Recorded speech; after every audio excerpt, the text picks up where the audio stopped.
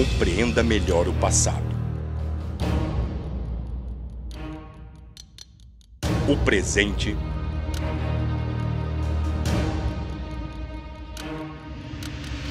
e os acontecimentos revelados por Deus sobre o futuro da humanidade.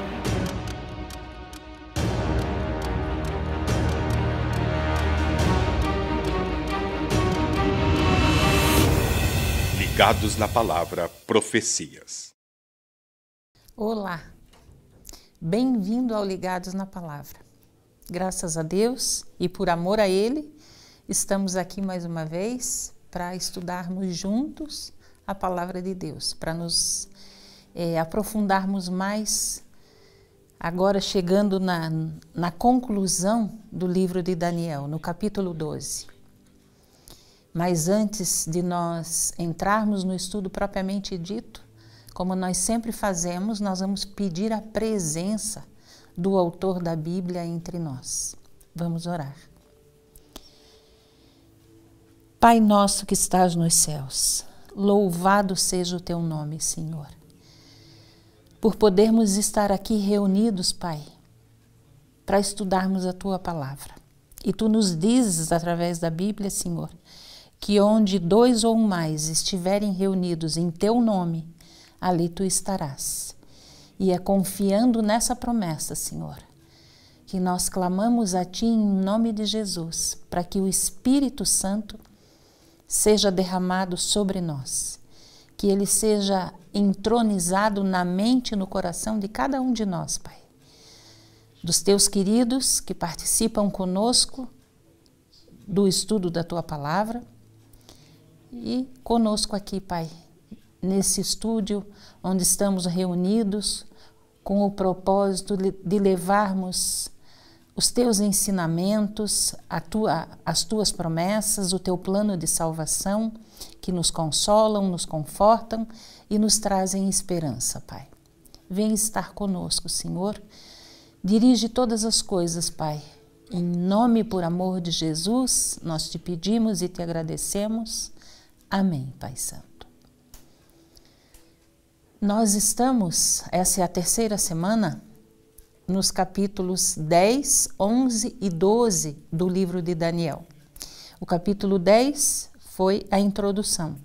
Semana passada vimos o capítulo 11, o corpo da profecia, onde Deus se ateve a uma riqueza de detalhes impressionante, falando de pessoas, falando de reis.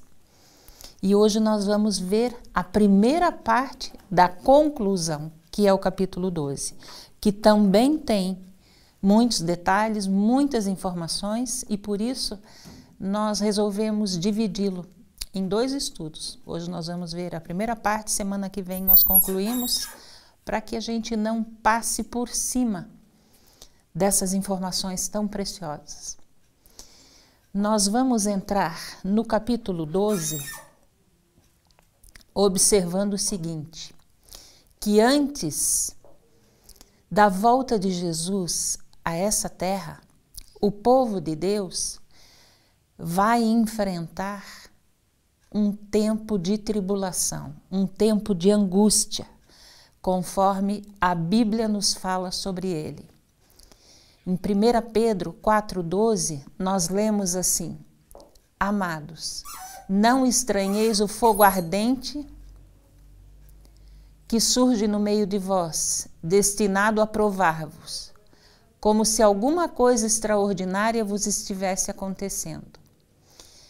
1 Pedro 4,12, Deus nos diz que as provações, essa tribulação, esse tempo de angústia do qual nós vamos estudar hoje, é permitido por Deus para aperfeiçoar o nosso caráter, para nos tornar aptos para o céu.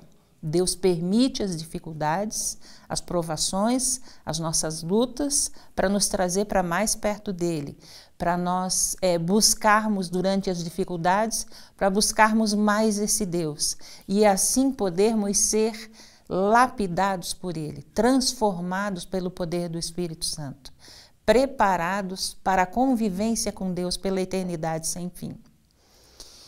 E o clímax do tempo que nós estamos vivendo hoje, chamado tempo do fim, é a volta de Jesus. Nós, o povo de Deus, que estamos aqui numa terra estranha como peregrinos, nós temos sido muitos, né, ao longo de todos os séculos, foram perseguidos, foram martirizados, vivemos inseguros, com medo, mas logo, logo vai chegar o tempo da recompensa, o tempo da retribuição, porque Deus nos diz, em Isaías 34, verso 8, que será o dia da vingança do Senhor, ano de retribuições pela causa de Sião. Deus está atento a tudo que está acontecendo e no devido tempo Ele vai intervir, conforme nós lemos agora no capítulo 12, verso 1. Lá está dito assim: neste tempo se levantará Miguel, o grande príncipe, o defensor dos filhos do teu povo. A que tempo Miguel nós não podemos esquecer que quem está relatando, quem está contando esses detalhes para Daniel é o anjo Gabriel. Nós vimos que não se tratava propriamente de uma visão, mas sim de uma audição que Daniel estava tendo. Gabriel estava conversando com ele e contando todas as coisas. E ele diz que no tempo de angústia, quando tudo estiver muito difícil aqui nessa terra, nesse tempo se levantará Miguel. E que tempo seria esse? Muito provavelmente é o tempo que é citado em Daniel 11:40, quando ali é mencionado o tempo do fim. Por isso, nós não devemos temer. Assim como Deus disse para Daniel várias vezes, não tenha medo. Como ele disse para João, e nós vamos ver isso no Apocalipse, daqui a 2 semanas estaremos entrando no estudo do Apocalipse. Deus disse para João, não tenha medo. Ele diz para nós hoje também, não tenha medo. Não se preocupe. Lembre das profecias de Daniel. Lembre da pedra que bate nos pés da estátua. Quando a situação nesse mundo se tornar insustentável, o nosso Senhor, Jesus Cristo, vai intervir na história da terra. Miguel vai se levantar. E nós já estudamos sobre isso em capítulos anteriores, mas só para nós relembrarmos, nós vamos ver mais uma vez quem é Miguel. O nome Miguel, como está aqui na tela, Miguel, etimologicamente significa uma pergunta. O significado do nome Miguel é: quem é como Deus? Quem que é como Deus? O próprio Deus. E para deixar isso mais claro, em 1 Tessalonicenses 4,16, a Bíblia nos diz que a voz que vai chamar os santos mortos à vida é a voz do arcanjo. Em João 5,25, na mesma situação, é nos dito que a voz que vai chamar os mortos à vida é a voz do Filho de Deus. Então, quem é Miguel? Miguel é Jesus. O nosso príncipe, o nosso salvador, o nosso redentor. E a Bíblia nos diz que ele se levantará nesse tempo, no tempo de angústia, quando as coisas na terra estiverem insustentáveis, Miguel vai se levantar. O que significa se levantar? Em Daniel 11, 2-3, a gente vê que se levantar é tomar o poder, é assumir o governo, é passar a reinar.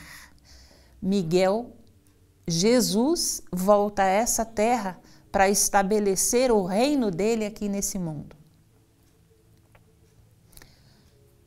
Mais uma vez, você deve lembrar todos os capítulos de Daniel que nós estudamos até hoje, todos eles nos levam à volta de Jesus. Todos eles finalizam com a volta de Jesus.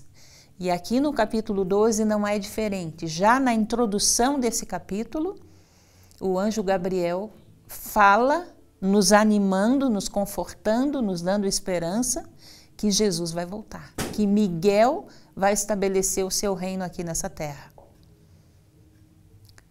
Mas antes que isso aconteça, antes que Miguel volte a essa terra, haverá um tempo, diz o verso 1 do capítulo 12, haverá um tempo de angústia qual nunca houve desde que houve nação até aquele tempo. Aqui, Deus está nos falando sobre um tempo de angústia e de aflição especial. Ele não está se referindo à nossa luta do dia a dia, ele não está se referindo às tristezas, às perdas, às frustrações que normalmente nós sentimos por estarmos num mundo hoje que não é mais o nosso mundo, não é mais o nosso lugar, não é mais o lugar que Deus sonhou e construiu para nós. Por isso, nós estamos num ambiente estranho, mas não é dessa dificuldade, dessa luta que Deus está se referindo aqui no versículo 1 do capítulo 12. Ele está dizendo que é um período, uma angústia tamanha que a humanidade nunca experimentou nada parecido. Veja, o objetivo da profecia o objetivo de Deus com as profecias não é nos amedrontar, não é nos coagir, mas é nos alertar. Lembra que nós citamos aqui várias vezes Amós 3:7, onde Deus nos diz que Ele jamais fará qualquer coisa sem antes nos avisar. Porque nós não podemos esquecer que Deus, além de nosso Criador, de nosso Senhor, o nosso Deus, Ele é o nosso Pai. E como Pai, Ele nos alerta para que a gente possa se prevenir, para que a gente possa se posicionar enquanto ainda há tempo para isso. Na Bíblia, nós vemos referência ou menção a outros tempos de angústia, mas o que está mencionado aqui no capítulo 12 de Daniel é uma angústia diferente. No capítulo 24 do livro de Mateus, como nós vemos aqui na tela, Deus fala sobre um tempo de angústia que cairia sobre a igreja de Deus, ou seja, sobre o povo de Deus. Lá nos versos 2 e 22, nós lemos o seguinte: Jesus dizendo: em verdade vos digo que não ficará aqui pedra sobre pedra que não seja derribada. Não tivessem aqueles dias sido abreviados, ninguém seria salvo, mas por causa dos escolhidos, tais dias serão abreviados. Ninguém seria salvo, mas por causa dos escolhidos, tais dias serão abreviados. Aqui nesse texto, Deus está falando especificamente de uma perseguição religiosa que aconteceu na Idade Média. Inclusive, se nós continuássemos lendo Mateus 24, nós veríamos Deus falando de sinais do escurecimento do sol e da lua, da queda de estrelas, sinais estes que já aconteceram, que já foram registrados na história. Mas no capítulo 12, Deus fala de um outro tipo de tempo de angústia. Veja, Mateus 24, Deus está registrando tempo de angústia sobre a igreja, um tempo de angústia para o povo de Deus. Agora, em Mateus 12, Deus está falando de uma calamidade internacional. Deus não está falando só de perseguição religiosa. Nós vamos ver em que situação esse tempo de angústia vai acontecer. E nós vamos perceber que realmente é alguma coisa que a humanidade jamais enfrentou. Então lá Deus diz assim, continuando no verso 1 ainda do capítulo 12, ele diz, e haverá tempo de angústia, qual nunca houve, desde que houve nação até aquele tempo. Mas naquele tempo será salvo o teu povo, todo aquele que for achado inscrito no livro. Veja que Deus esse que nós temos. Ele nos alerta, ele está fazendo uma... Ele está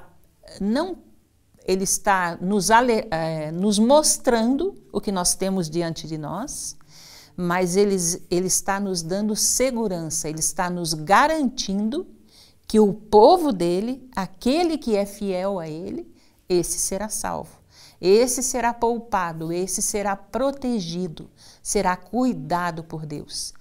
Quem é o povo de Deus? Aquele que tem o nome inscrito no livro da vida do Cordeiro. Nós já conversamos sobre isso.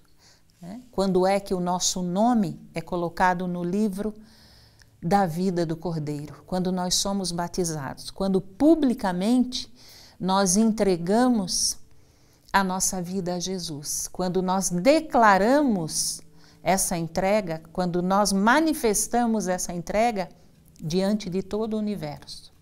Então, todos os que assumiram um compromisso com Deus através do batismo, que continuam buscando esse Deus, que continuam se relacionando com Ele e assim mantém o seu nome no livro, esse será poupado, esse será, no final de todas as coisas, libertado. E ele continua nos falando sobre isso e nós vamos ver aqui, a gente já começa a compreender porque Deus dá tanta ênfase a esse tempo de angústia do final dos tempos. Porque durante esse tempo de angústia, um dos acontecimentos que vão estar ocorrendo é a queda das pragas do Apocalipse. Mas não é só isso. Nós vamos ver muito mais sobre isso. Ao falar sobre esse tempo, ao alertar sobre esse tempo, Deus não usou só o profeta Daniel, Deus usou também Jeremias. E Jeremias faz uma narração muito dramática sobre o tempo de angústia, do tempo do fim, que ele compara no texto que nós vamos ler agora com a angústia de Jacó. Lendo na tela nós vemos, assim diz o Senhor, ouvimos uma voz de tremor e de temor e não de paz. Perguntai, pois, a cada homem com as mãos na cintura, como a que está dando a luz. E por que se tornaram pálidos todos os rostos? Ah, que grande dia é aquele dia, e não há outro semelhante. É tempo de angústia para Jacó. Ele, porém, será livre dela. Isso está em Jeremias 30, versos 5 a 7. Olha o que Deus está nos dizendo aqui. Ele está descrevendo esse tempo de angústia, do tempo do fim, a proximidade da volta de Jesus como dias terríveis. Tanto assim que ele compara com as dores de parto. Ele compara os acontecimentos com a frequência e a intensidade dessa dor. A frequência e a intensidade dessa dor de parto, ela vai aumentando cada vez mais, né, conforme o tempo vai passando. E Deus, então, ele nos diz que é parecida essa angústia do povo de Deus durante os momentos finais da história da Terra, é muito parecida com a angústia de Jacó. Isso está em Gênesis, no capítulo 32.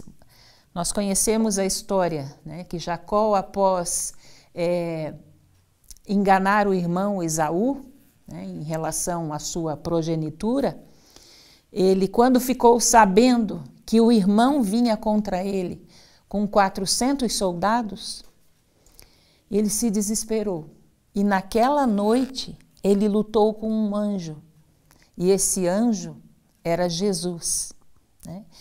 Na realidade, Jacó, na noite de mais profunda angústia da sua vida, ele se apegou, ele se agarrou com Jesus. E por isso ele foi salvo. E aqui Jeremias está dizendo a mesma coisa. Que assim como Jacó foi salvo daquela noite de angústia, de terrível angústia, o povo de Deus também será. O povo de Deus será guardado nesse tempo. E no final desse tempo, finalmente, o povo de Deus será liberto. O povo de Deus ficará livre da presença do pecado, do poder do pecado e das sequelas do pecado.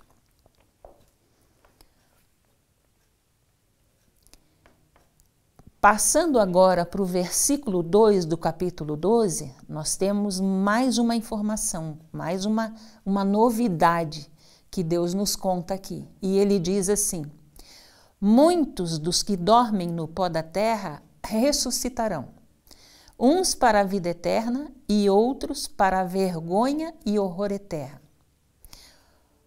Por que nós colocamos o título aqui como sendo uma ressurreição especial?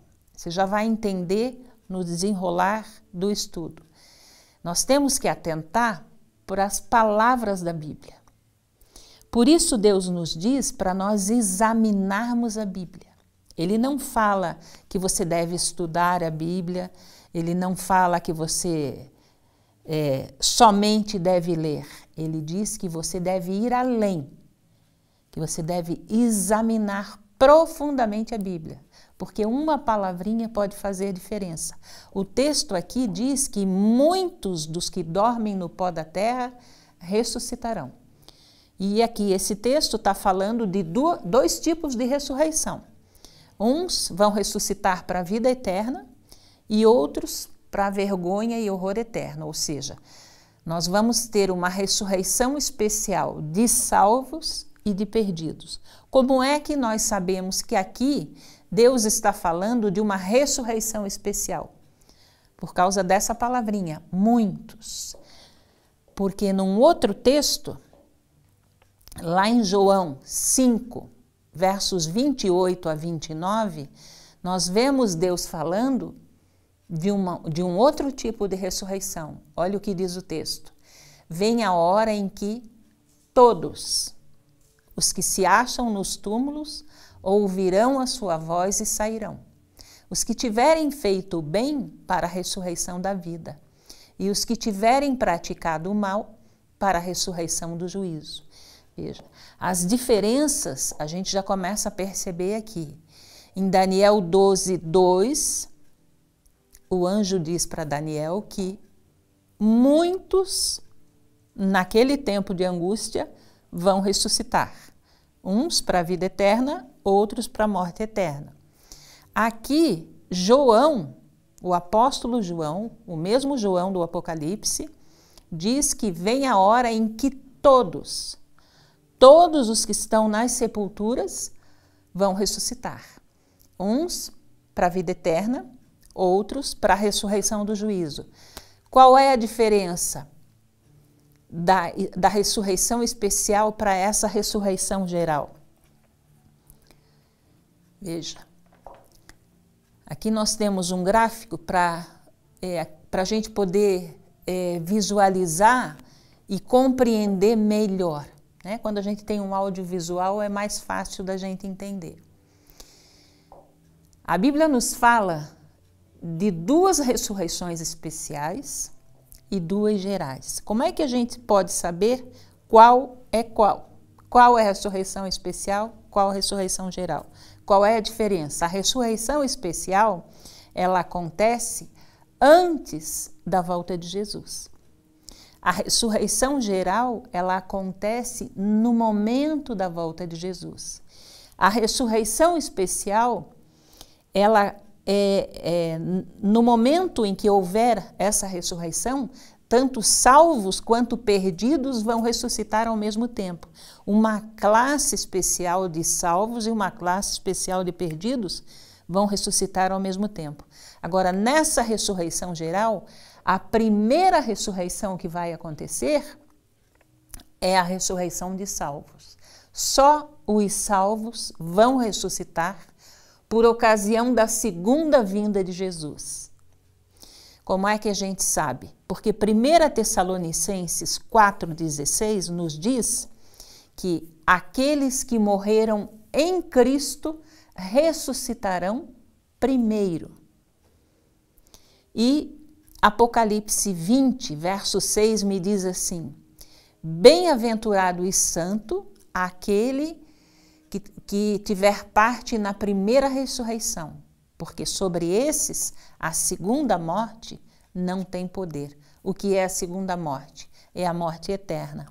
E o verso 5 me diz o seguinte, que os outros mortos, ou seja, aqueles que não morreram em Cristo, ou seja, aqueles que morreram perdidos porque não viveram com Cristo, esses só ressuscitarão 1000 anos depois. O verso 5 é bem claro e diz: os outros mortos não reviveram até que se completassem os 1000 anos. Então, a primeira ressurreição é a ressurreição de salvos. Nós vemos aqui nessa ilustração famílias se reconciliando, se reencontrando, se abraçando e subindo juntos. E 1000 anos depois, então, acontece a segunda ressurreição, a ressurreição dos perdidos. Por isso, nós sabemos que, na realidade, a Bíblia fala de 4 ressurreições, 2 especiais e 2 gerais. As 2 especiais, tanto salvos quanto perdidos, vão ressuscitar ao mesmo tempo. Nas 2 gerais, quando todos os mortos, desde Abel, vão ressuscitar, os salvos ressuscitam primeiro e, finalmente, 1000 anos depois, ressuscitam os perdidos.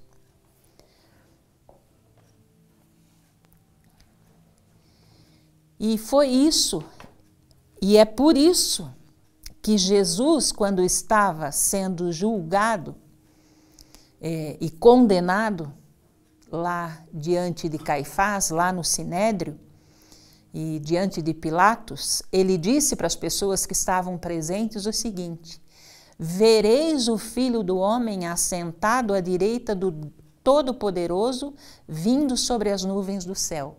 Isso está em Mateus 26, 64. Veja, todos aqueles que votaram pela morte de Jesus, que condenaram Jesus à morte de cruz, todos esses já morreram. E Jesus está dizendo que eles verão o Filho de Deus vindo sobre as nuvens do céu. Isso significa que todos que tiveram participação na crucifixão de Jesus, todos os que votaram, os soldados que pregaram, aqueles que enfiaram a coroa de espinhos, enfim, todos que tiveram participação direta na morte de Jesus, esses vão ressuscitar a tempo de ver Jesus descendo nas nuvens do céu para comprovar que Jesus é quem ele dizia que era. Jesus é Deus. Jesus é o Rei dos Reis, é o Senhor dos Senhores. Essa é a classe de perdidos que vai participar da ressurreição especial. E Apocalipse 1,7 nos diz que todo olho vai ver Jesus voltando. Falando aqui dessa ressurreição geral. Aí está a diferença. Os que ressuscitarem antes verão Jesus descendo. Os que ressuscitarem na segunda vinda ressuscitarão, porque Jesus vai chamá-los à vida, e quando levantarem, Jesus já estará nas nuvens do céu.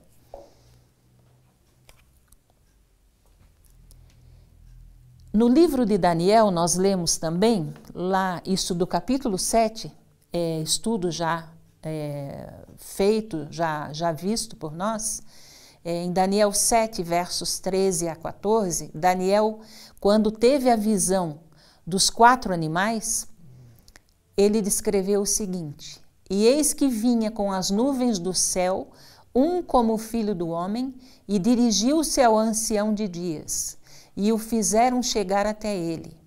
Foi-lhe dado domínio e glória e o reino, para que os povos, nações e homens de todas as línguas o servissem. O seu domínio é domínio eterno, que não passará, e o seu reino jamais será destruído. Aqui Daniel está relatando a chegada a entrada de Jesus no lugar santíssimo do santuário. Aqui ele está relatando, ele está descrevendo a visão que ele teve do início do juízo lá no céu, que nós vimos quando estudamos a profecia das 2.300 tardes e manhãs. Nós vimos que isso se deu em 22 de outubro de 1844. Foi quando Jesus entrou no lugar santíssimo e deu início ao juízo que já está em andamento lá no céu desde essa data. Agora, o que Daniel está vendo é Jesus saindo do santuário. É disso que o anjo está falando para ele. Primeiro Daniel viu Jesus entrando para iniciar o juízo. Agora o anjo conta que Jesus saiu do santuário. Nós lemos em Apocalipse 16, 17, que quando Jesus terminar o julgamento que ele está fazendo hoje, ou seja, quando ele chegar à conclusão de que todos aqueles que são dele já se voltaram para ele e não tem mais o que Deus possa fazer por aqueles que não o aceitaram, porque eles não querem. Eles são como Satanás. Satanás não quis ficar no céu. Ele preferiu sair, né? E muitos hoje em dia não querem saber de Deus, não querem saber das coisas lá do céu. Quando Jesus chegar à conclusão de que aqueles que são dele já se voltaram para ele e os que não são jamais se voltarão, como aconteceu lá no dilúvio, ele vai dizer lá no céu, lá no santuário: feito está, está concluído. Mais uma etapa do plano da salvação está concluída. Ele sai do santuário. E Apocalipse 15, 8 relata esse momento dessa maneira: o santuário se encheu de fumaça, procedendo da glória de Deus e do seu poder, e ninguém podia penetrar no santuário, enquanto não se cumprissem os 7 flagelos dos 7 anjos. Olhe que momento solene este. O mundo caminhando aceleradamente para o final. Quando Jesus disser está feito, é porque ele concluiu o juízo pré-advento, o juízo investigativo, o inquérito que está em andamento lá no céu hoje, nesse exato momento. Ele sai do santuário, o santuário se enche de fumaça e ninguém podia entrar no santuário enquanto as 7 pragas não forem derramadas na terra pelos 7 anjos que têm as 7 taças da cólera de Deus. É isso que nos diz Apocalipse 15, 8. Na sequência, o que é que acontece? Quando Jesus disser está feito e sair do santuário, ele sai do santuário para se preparar para descer para a terra, para vir nos buscar. É-nos dito que ele veste, ele troca as roupas de sumo sacerdote. Lembra, nós vimos isso aqui? Jesus é o nosso sumo sacerdote lá no céu. Ele é o nosso sumo pontífice lá no céu. E em todo o universo, ele troca as roupas de sumo sacerdote e põe vestes reais.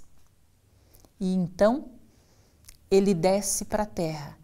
Enquanto ele sai do santuário, troca as vestimentas e se prepara, reúne os anjos para descerem, para vir toda a hóstia angélica com Jesus nos buscar aqui na terra. Nesse intervalo de tempo, é o tempo de angústia de que Daniel 12 está falando. É o tempo em que as pragas estarão caindo aqui na terra.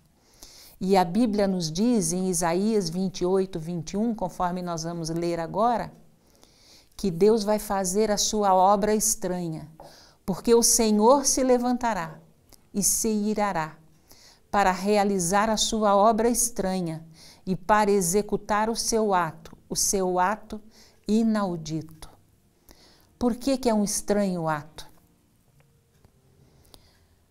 Porque em 1 João 4,8 está escrito que Deus é amor.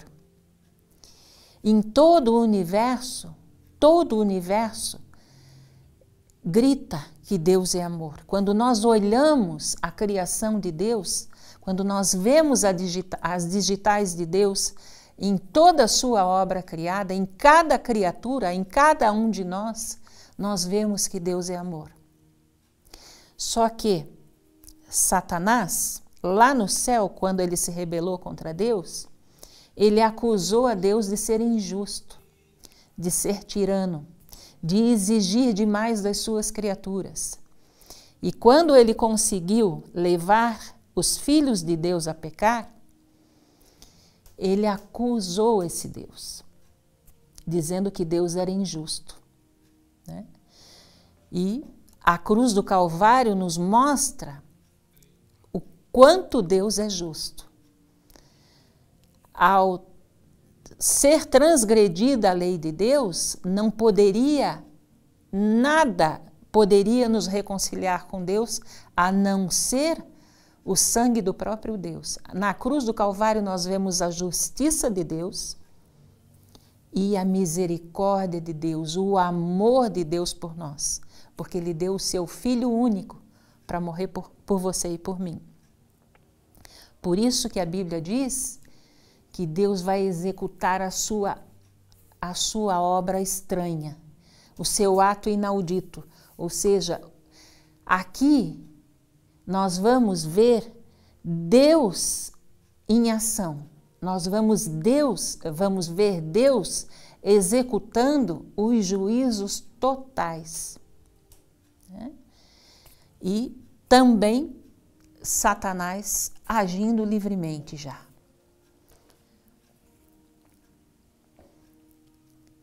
Ao cair a primeira praga, essas pragas nós vamos estudar mais detalhadamente lá no livro do Apocalipse, no capítulo 16, e nós vemos que essas pragas são simultâneas, ou seja, elas caem ao mesmo tempo em vários lugares.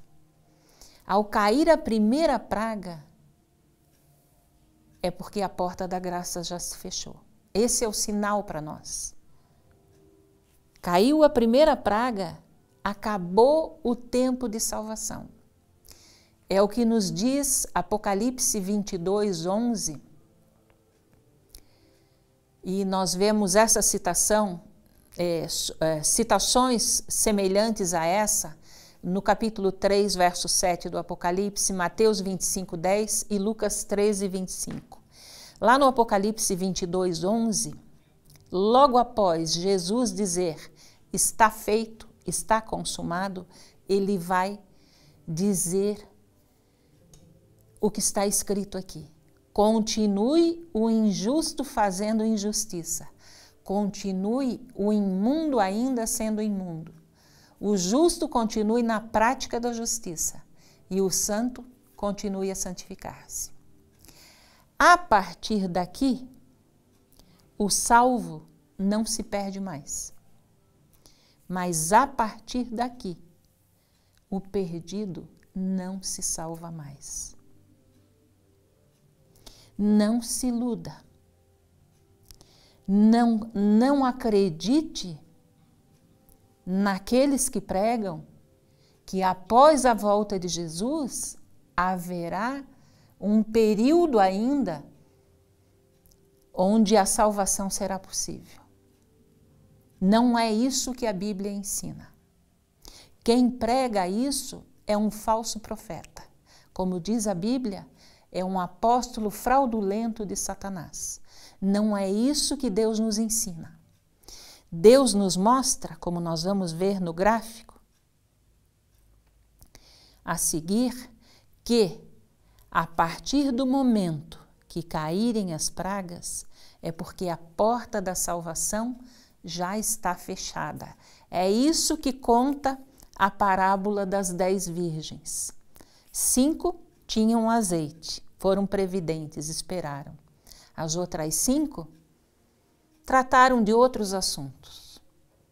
Foram tratar das suas coisas aqui nesse mundo, priorizaram as suas necessidades aqui desse mundo, né?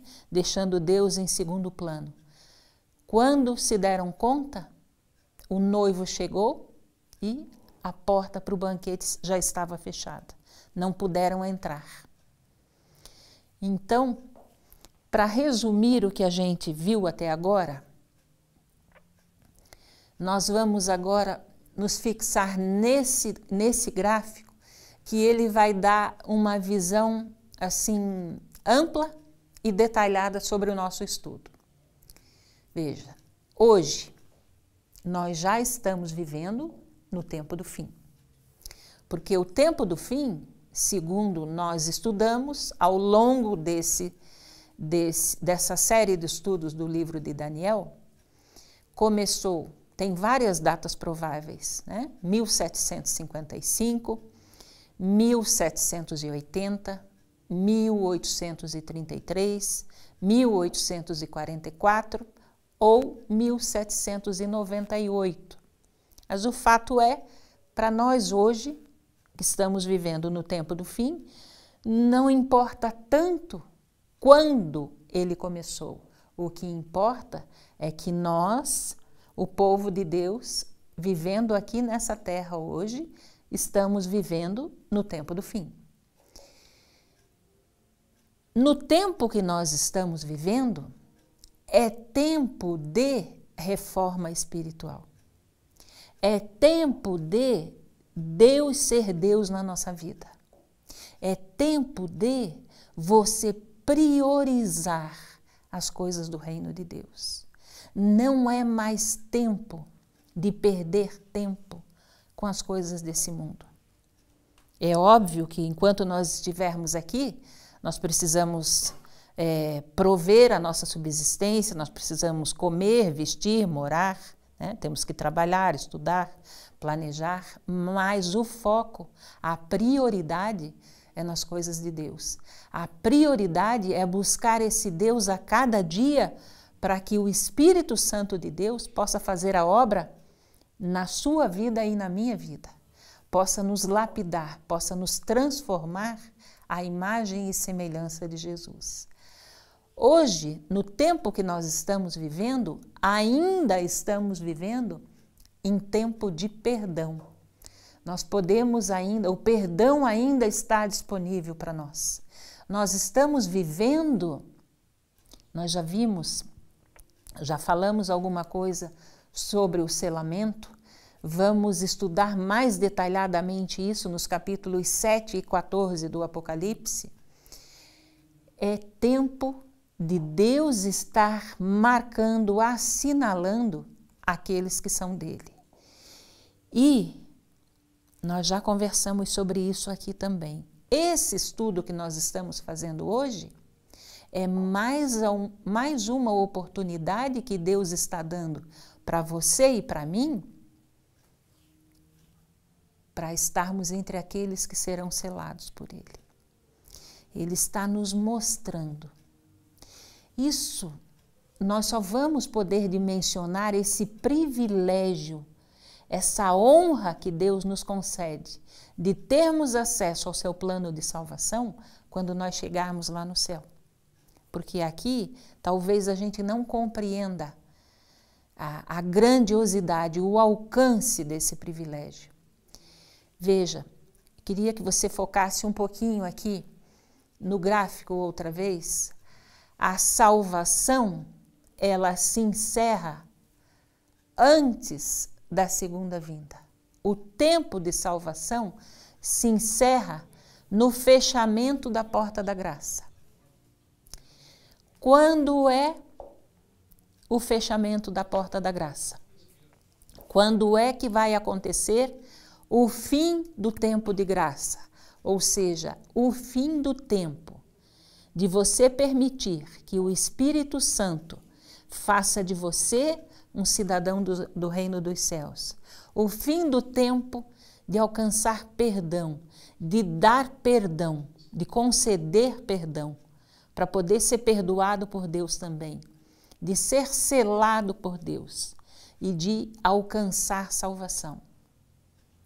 Quando começarem a cair as pragas, é porque Jesus já terminou o julgamento lá no céu. Ele já disse, está feito. Eu já sei quem são os meus e os que não são, jamais se voltarão para mim. Ele se retira do santuário porque terminou a fase de intercessão. Nós vamos estar sem intercessor lá no santuário. Jesus sai do santuário. Lembra que nós lemos que o santuário se enche de fumaça? Nós vamos estar sem intercessor e sem consolador, porque o Espírito Santo também ficou sem trabalho aqui na terra. Ele não tem mais com quem trabalhar. Os que são de Deus estão concretados com Ele. Estão concretados na sua palavra. E os que não são, não querem mesmo saber de Deus. Por isso, o tempo de angústia. Por isso, a sensação de desespero, de medo, de insegurança. Porque tudo que você puder imaginar de ruim vai estar acontecendo ali. Guerras, conflitos, Satanás agindo com todo o poder. Ele vai ser solto. Isso é simbolizado pelos os 4 anjos que estão no Apocalipse 7, segurando os ventos, até o povo de Deus estar preparado para essa fase terrível da história da humanidade. Os anjos vão soltar os ventos porque os que são de Deus já se voltaram para Ele e não pecarão mais. Após o fechamento da porta da graça, nós vamos estar, além das pragas estarem caindo no mundo, nós vamos estar debaixo de um decreto de morte. Nós vamos estudar isso mais detalhadamente. E é o tempo em que vai acontecer a ressurreição especial.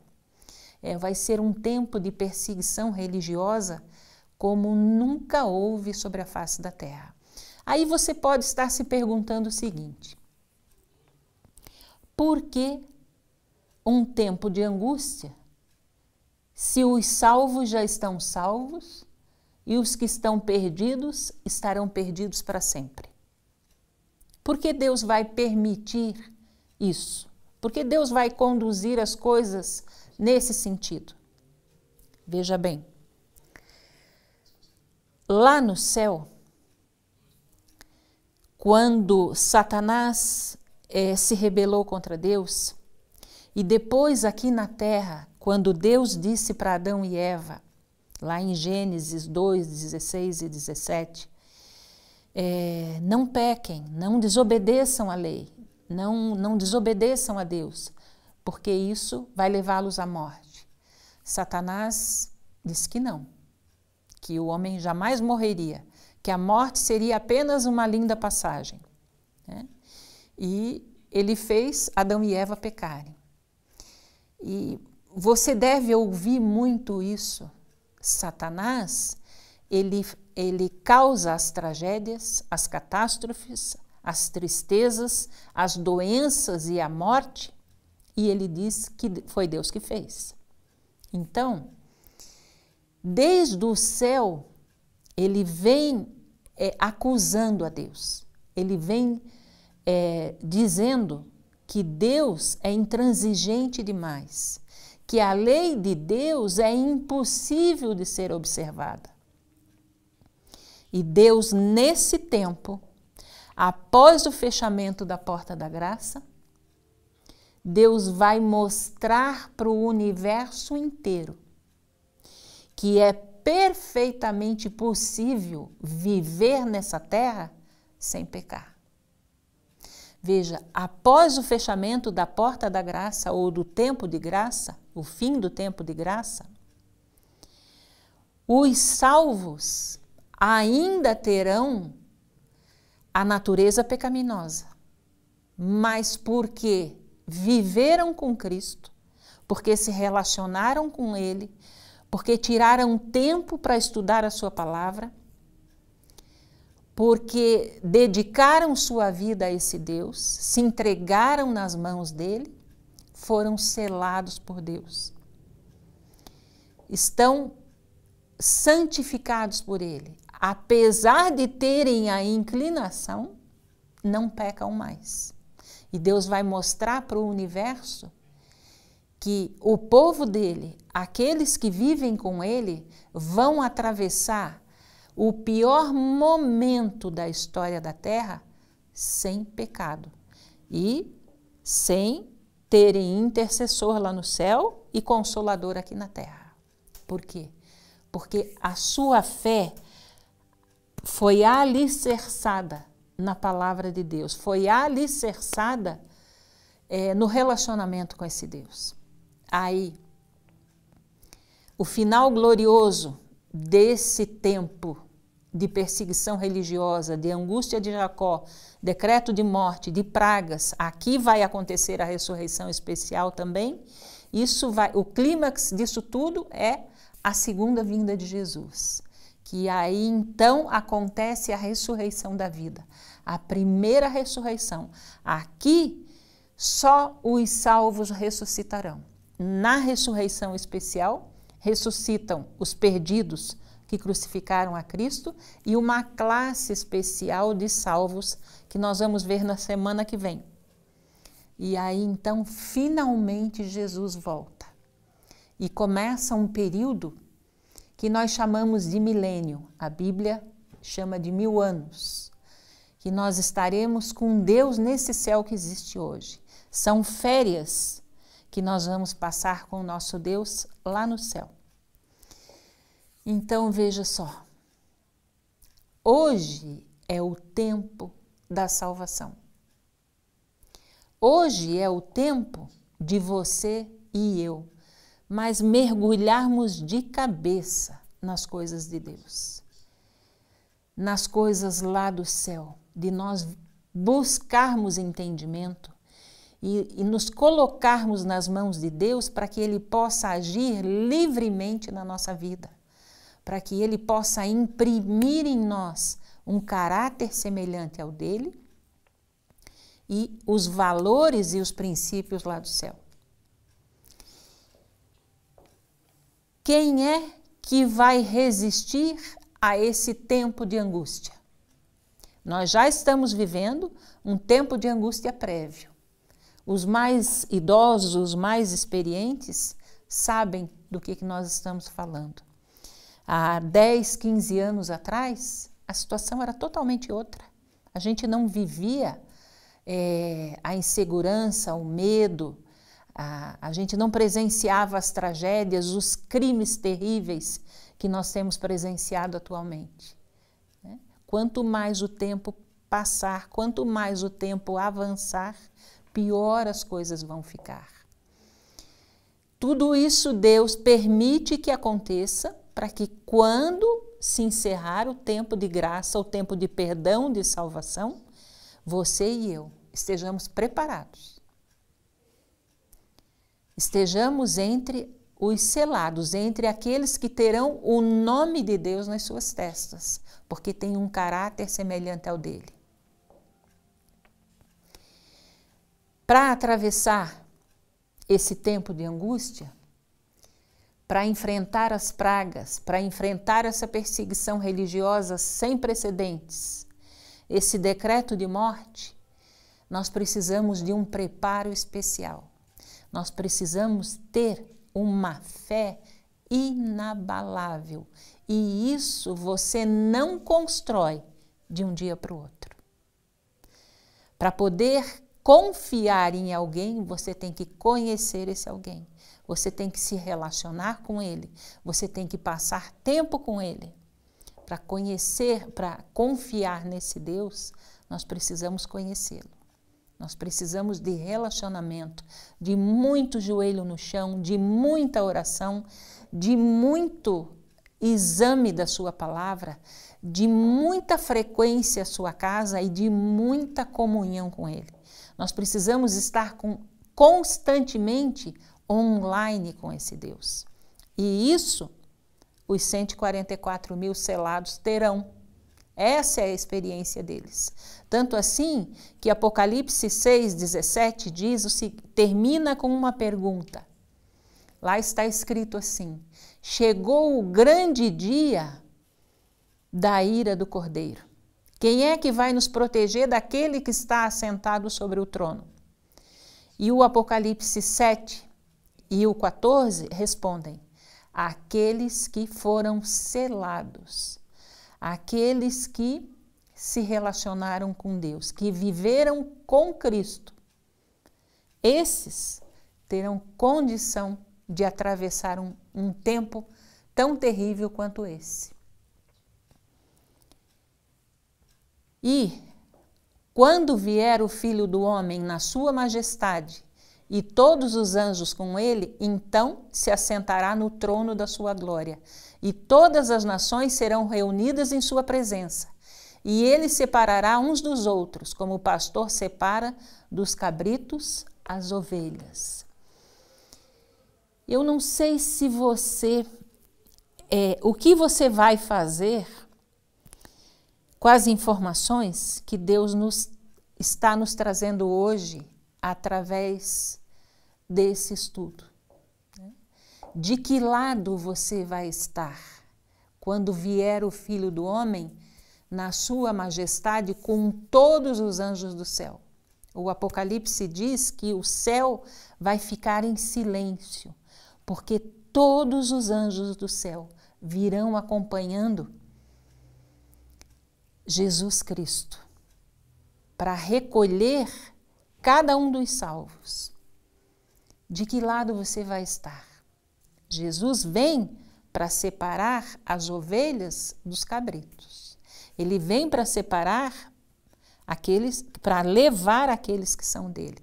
Nós vimos naquele gráfico que no dia da volta de Jesus só vai haver resgate. O preparo para esse dia e para esse tempo de angústia que está diante de nós, o preparo até que o tempo de graça se encerre, é hoje que tem que ser feito. Aliás, já tinha que ter começado ontem, porque Deus tem uma obra extraordinária para fazer na sua vida e na minha vida. Deus precisa nos santificar. Deus precisa nos transformar completamente. Deus precisa fazer de nós cidadãos do reino dele.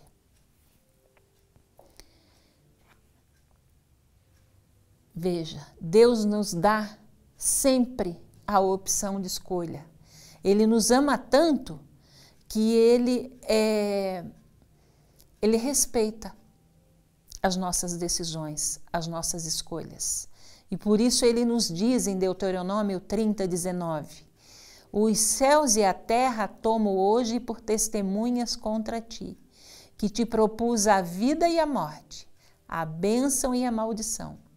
Escolhe, pois, a vida para que vivas, tu e a tua descendência. Qual vai ser a sua escolha? Deus coloca diante de nós dois caminhos. vida e morte. O estudo que nós estamos fazendo, não sei se você percebeu, ele tem uma implicância, uma relevância muito grande. Porque não é simplesmente um estudo da Bíblia. Você não está simplesmente conhecendo um pouco mais ou entendendo um pouco mais das profecias ou do plano que Deus estabeleceu para você e para mim. Ao tomarmos conhecimento da vontade de Deus para a nossa vida, Deus está nos dando a oportunidade de nós escolhermos entre vida eterna ou morte eterna. Não vai ter meio termo. E quando é que você escolhe isso? Jesus diz assim na Bíblia: hoje, se você ouvir a minha voz, não endureça o teu coração. É hoje que Ele quer você. É para já, é para ontem. Ele precisa entrar na tua vida. Ele precisa entrar na minha vida para me transformar verdadeiramente numa filha de Deus. Ele precisa trabalhar na minha vida de tal maneira que todos aqueles que olhem para mim vejam em mim a cara do Pai. Assim é que a minha descendência estará entre os salvos também, pelo meu testemunho, pela minha forma de falar, de agir, de reagir, enfim, pela minha forma de viver.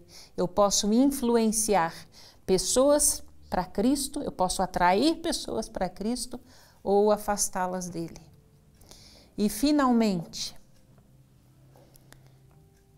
olha o maravilhoso convite que Jesus nos faz em Mateus 25, 34. Nós vimos ao longo desse estudo que temos tempos terríveis à nossa frente, mas Deus promete estar conosco. E Ele nos diz o seguinte, em Mateus 25, 34. Então dirá o Rei aos que estiverem à sua direita: vinde, benditos de meu Pai, entrai na posse do reino que vos está preparado desde a fundação do mundo. Como é que você vai responder a esse convite? Qual é a tua decisão hoje? De que lado você vai estar? Entre aqueles que terão vida eterna, com Deus Pai, Deus Filho, o Espírito Santo, os anjos e todos os seus queridos que hoje dormem no pó da terra? Ou você vai continuar ainda priorizando as coisas desse mundo aqui, deixando Deus em segundo plano? Como é que você vai responder a esse convite de vinde? Preste bem atenção. Vinde, benditos de meu Pai. Tomem posse do reino que está preparado para você desde antes da fundação do mundo, desde antes da criação do planeta Terra, desde antes do seu nascimento. Jesus já tinha a solução para a tragédia que se abateria sobre o planeta Terra, sobre a tragédia do pecado. Desde o início de todas as coisas, Ele já tinha decidido morrer por você e por mim. Qual vai ser sua resposta? Qual vai ser a sua escolha?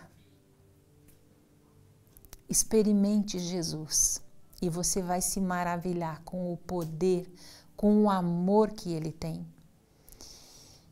Com as suas promessas, a Bíblia nos diz que o nosso olho nunca viu, que o nosso ouvido nunca ouviu nada parecido e que a nossa mente é incapaz de imaginar o que Deus tem preparado para aqueles que o amam. E você o ama, com certeza, eu também, porque senão nós não estaríamos aqui. Nós precisamos dar sentido à nossa existência. Nós precisamos deixar que Deus seja Deus na nossa vida, que Ele seja o nosso o nosso mantenedor, o nosso santificador e o nosso redentor. Porque senão era melhor que você e eu não tivéssemos nascido. Se nós não tivermos vida eterna, não valeu a pena essa vida aqui. Pense nisso. Vamos orar. Pai querido, Deus amado, Deus bendito, Pai santo, não existem palavras no nosso vocabulário, Senhor, para nós expressarmos o que sentimos nesse momento, Senhor. Depois de um estudo como esse, Pai, depois de Tu nos privilegiares tanto, com tantas informações, para que antes que as coisas aconteçam, nós possamos nos posicionar ao Teu lado, Senhor. Para que quando Teu Filho Jesus voltar, não importa se estivermos vivos ou mortos naquele momento, o que importa, Senhor, é fazermos parte do Teu povo, é andarmos contigo aqui nesse mundo, para podermos estar contigo na eternidade. Pai Santo, Tu nos conheces, Tu conheces a cada querido Teu, Senhor, que acompanha esse estudo através da internet. Estende a Tua mão poderosa sobre nós. Opera em nós, Senhor, o querer e o viver de acordo com a Tua vontade. Muda o nosso querer, muda a nossa vontade. Nós Te autorizamos, Senhor, em nome de Jesus, a entrar na nossa vida e a dispor dela como Tu melhor achares. Nos toma em Tuas mãos de amor e nos conduz em triunfo, Senhor. Nos conduz para a vitória junto com o Teu Filho Jesus, para que a nossa existência, na nossa vida, o sacrifício do Teu Filho Jesus não tenha sido em vão. Nós confiamos em Ti, confiamos no Teu poder, nós Te amamos e reconhecemos a nossa dependência de Ti e cremos, Senhor, que Tu és perfeitamente habilitado para transformar e salvar a vida de cada um de nós que aqui estamos, Senhor. Por isso nos entregamos em nome de Jesus e desde já Te agradecemos. Por Jesus, amém, Senhor. Nós aguardamos você na próxima semana. Pense, ore sobre o que estudamos hoje. Decisões importantes precisam ser tomadas. Converse longamente com Jesus, com o nosso querido Jesus. Ele tem o maior prazer em te ouvir. Ele está de braços abertos para você e para mim. Fique na presença dele, fique na paz do Senhor. Até semana que vem. Ligados na Palavra Profecias.